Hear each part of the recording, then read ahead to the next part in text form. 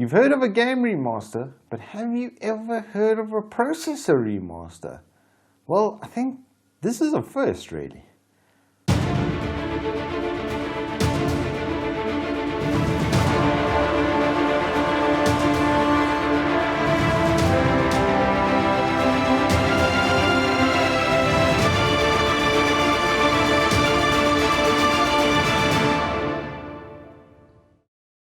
Good afternoon, welcome back to T3. On today's show, I have some really cool nostalgia pieces in front of me actually, because this takes me back some, I don't know, 15-ish years, these processors.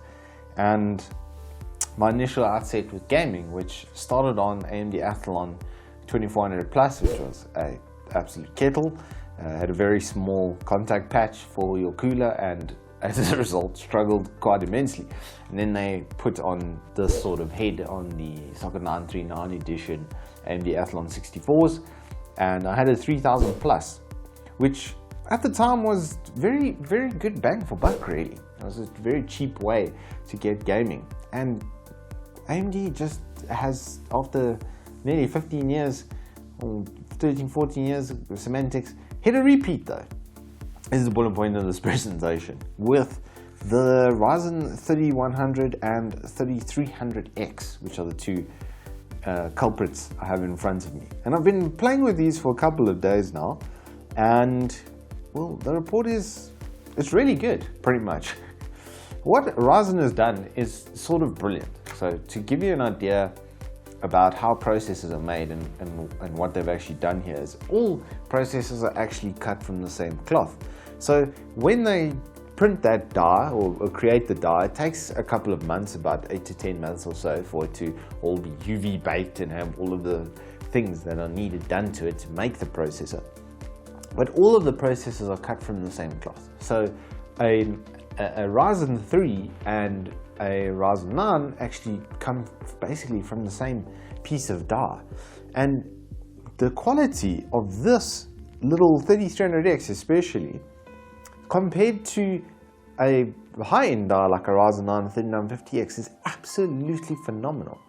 Now, looking at a couple of benchmark scores and some of my testing, you'll notice that the single core performance of the 3300X is almost an absolute dead heat with the 3950X. Of course, a 16 core is going to absolutely smash a 4 core when it comes to multi-threaded testing, but for gaming, you don't really need much more than a quad core. And what they've created here in a $120 chip is basically a 7700K that you can then still overclock and get even better performance out of.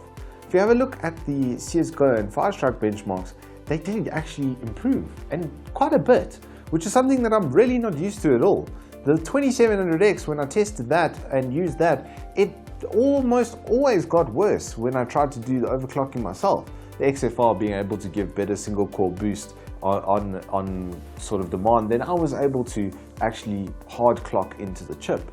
But that wasn't the case with the 3300X. And even when I put the simultaneous multi-threading on to do some sort of hyper-threading tests there, and even without overclock, it's better. Well, it's basically the same as my 9600K of test bench, which with a 4.8 gigahertz all-core and 6 cores got 1100 points. And still quad core with hyper-threading gets that on stock and goes a little bit past that when I do overclock. But the most incredible thing for me is the fact that the clock actually resulted in gaming performance. And that's just absolutely staggering for a chip that runs off 65 watts. I did have it, look, underneath my Xeon 280R, so it was cooled more than what you would get out of the box. But based on those test results, I mean, I only managed to hit 68 degrees while I was trying to overclock it as hard as I could, and that was a 4.6 all-core on the 3300X. So the 3100, look, also did a really good job. There's just a physical difference inside of the cores, which does make the 3300X quite a lot more responsive, especially with single core tasks. It's got less channeling happening inside of the processor, so there's one communication lane and instead of it being split between two and trying to flop back and forth, this is just straight up down the line performance. And they've done this all incredibly, as I said, $120. And quite fortuitously, a couple of days ago, old TweetTown did produce their 10600K and 10900K benchmarks, and in gaming this is almost as good as the 10600K, and theirs wasn't overclocked. What I also want to note is the setup that AMD has created and the precedents they've created actually with this 3300X and with my 3950X testing. You can practically buy on AMD any of the cores based on your budget, if you want a 4-core, 6-core, 8-core, 10, 12, 16, etc. And the single core performance that you get for gaming will be pretty similar across the board. So you're only really scaling your cores based on your budget and requirement of desktop performance. So if you're not going to be doing rendering or anything of their like, even then, it could still do so. It's with the hyper-threading, it's still pretty powerful. It's good as a 6-core, Intel 9600KF, at least in multi-threaded work tasks. Just based on my results around the 3950X and my experiences with the 2700X, this thing is incredible.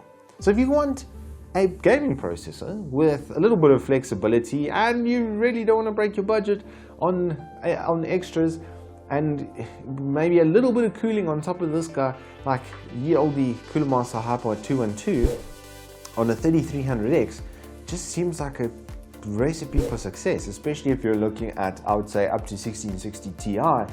This is going to create absolutely no bottleneck on that. Even 2060, 2070 territory, as you can see with my 2070 test, it's still going to cut the mustard, and pretty damn well.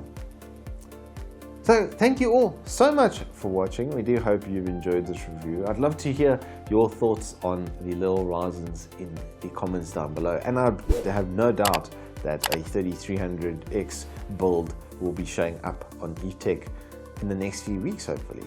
But until then, you guys have a good day, and I'll see you on the flip side. Keep your lives ticking and your games wrecking.